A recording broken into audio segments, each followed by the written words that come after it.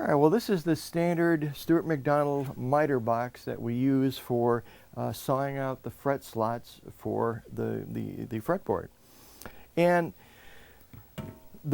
what you get actually is this section here that's made out of metal and the saw. We've got a saw that will give us the correct width of the saw slot. I've mounted this to a longer piece of wood so I can mount it in a vise, but I've also added two blocks on either side that are the same height as the ramp on the bottom of the miter box. So as I push something long through here, there's some support here, and I can also, if I wanted to, I can also clamp it down. Now, you can use the miter box two ways. We could just put our fretboard in there, look at the marks, line it up with the fret saw, and cut them out. And we also have this scale here, which has a lot of different indexing cutouts on the edges. And this particular one is for Gibson scale of 24 3/4 inch and 24 625 thousandths. And we're going to be using the 24 3/4 inch scale. And right down here, there's a little tiny peg that is going to fit into these slots. So if I were to put this in and align it with the first peg, just like that, that position right there for this particular scale would be where the nut goes, or the very end of the fretboard. So I could, after squaring this up in a disc sander, so I know that this is absolutely square with the sides, I could put my saw there, just put it there gently, bring this up, and I could tape this right to that point, which would give me the starting point to sawing my frets. So what I would do is I would use a very thin two-sided tape. So what I'm going to do is I'm going to take and I'm going to put the two-sided tape on here. I'm going to put 3 pieces. Now this is not the tape that you would find at Home Depot. This is not your typical two-way tape that you would use for, let's say, tacking a rug down. This is the two-way tape that is used by a woodcrafter who is attaching a wooden bowl, or a piece of wood that they're going to make a wooden bowl from, to a plate on a lathe. So it's very strong tape, but it'll come off very quickly. And I've already set the depth of this saw. When the saw hits, when the backbone of the saw hits these 4 brass blocks, that is the depth of the saw that I've set. And a little later we'll talk about what we have to look at in terms of setting the depth of the saw. But I've already set this one up, so as I come down, I'm going to reach a point where I can't go any farther, and that's where I stop. That said, I'm going to put my template in there, and I'm going to push it all the way against the backstop.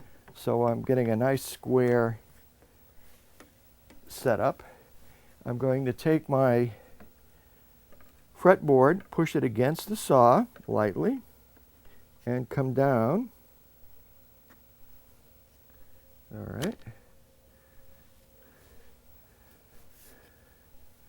Then I'm going to take my saw out, and I'm going to take this out now that I positioned it, and I'm just going to push it down so it gets a good contact. Okay, so now we should be pretty much set.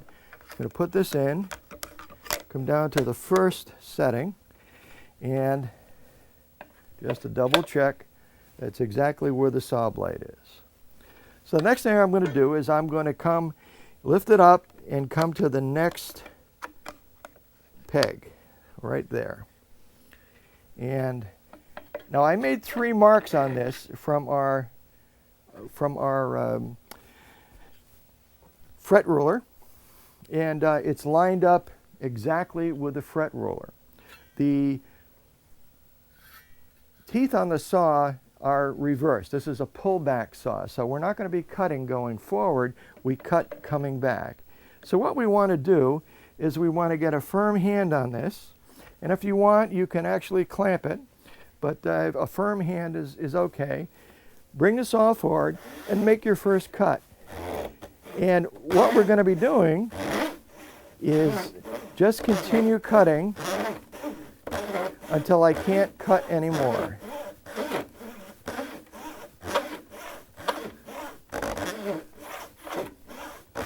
All right. And there's my first slot. So then the next thing I do is I would just pick it up, move it until I fall into the next position. And there we are. Hold it in place and do the same thing.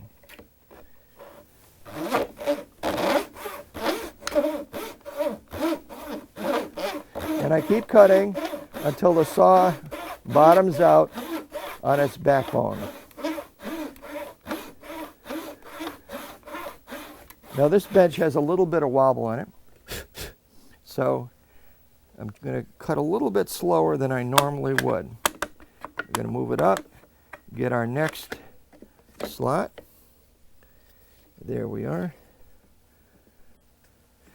And if there were any questions, you could take your scale and you could just put it up there and just make sure that every time you're looking at it that you're in the right place. And we're doing good. 19.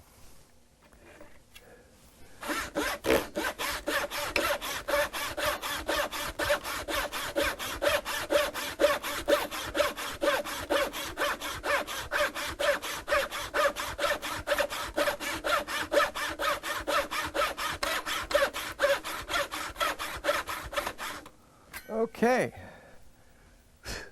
Now while we're here, we've got our fretboard all done in terms of the slots.